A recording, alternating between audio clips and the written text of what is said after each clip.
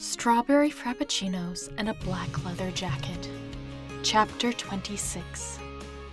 Temptation is the color blue. Written and narrated by Eleanor Rose. Artwork provided by Marlene Bruce.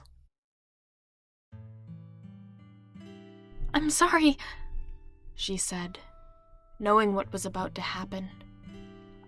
"I need some air."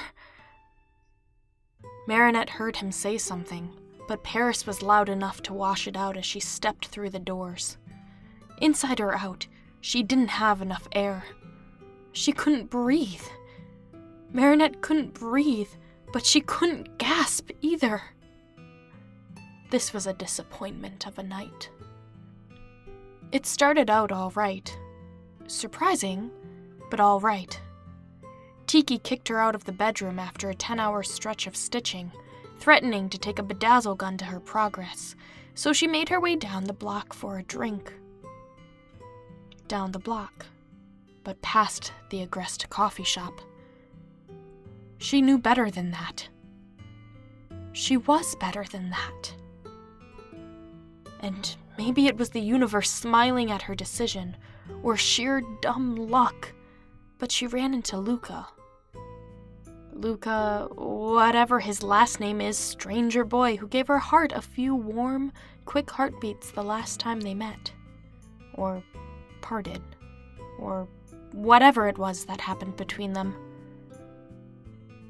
And then they were out, spending the night on the town with convenience store slushies. She was drunk on the atmosphere as she walked the boulevard with the cute guy reaching for her hand.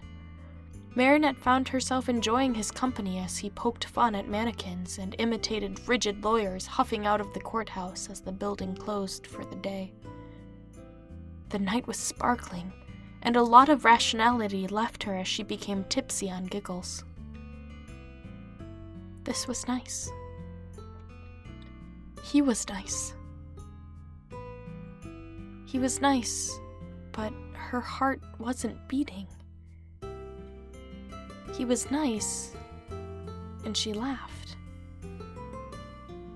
Luca was nice, is nice, but it left her hollow. Her insides were rotten, and she couldn't see past the broken shards of her heart. Since when had she thought of herself as a damaged product? Why? Because the guy she liked didn't return her affection? Was that enough to break her beyond repair? Was she that fragile?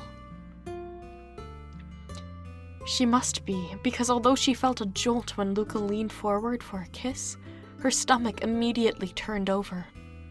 Marinette knew what would happen if she closed the space between them. Which brought her to now, standing in her bathroom. Swallowed by emotions, she choked at the thought of being cared for while longing for someone else. She couldn't do it. She couldn't con someone like that. Which begged the question, would she be like this forever? Most people move on when their muse starts dating someone, but Adrian was committed and she still had thoughts of longing. Marinette was incapable of caring for any other person, or so it seemed. It was a curse. She was cursed. She was cursed, but there was a nice guy waiting in the bakery downstairs. A nice guy who fiddled the tune of Temptation as she looked for a distraction. A nice guy who, from what she could tell, would be patient with her.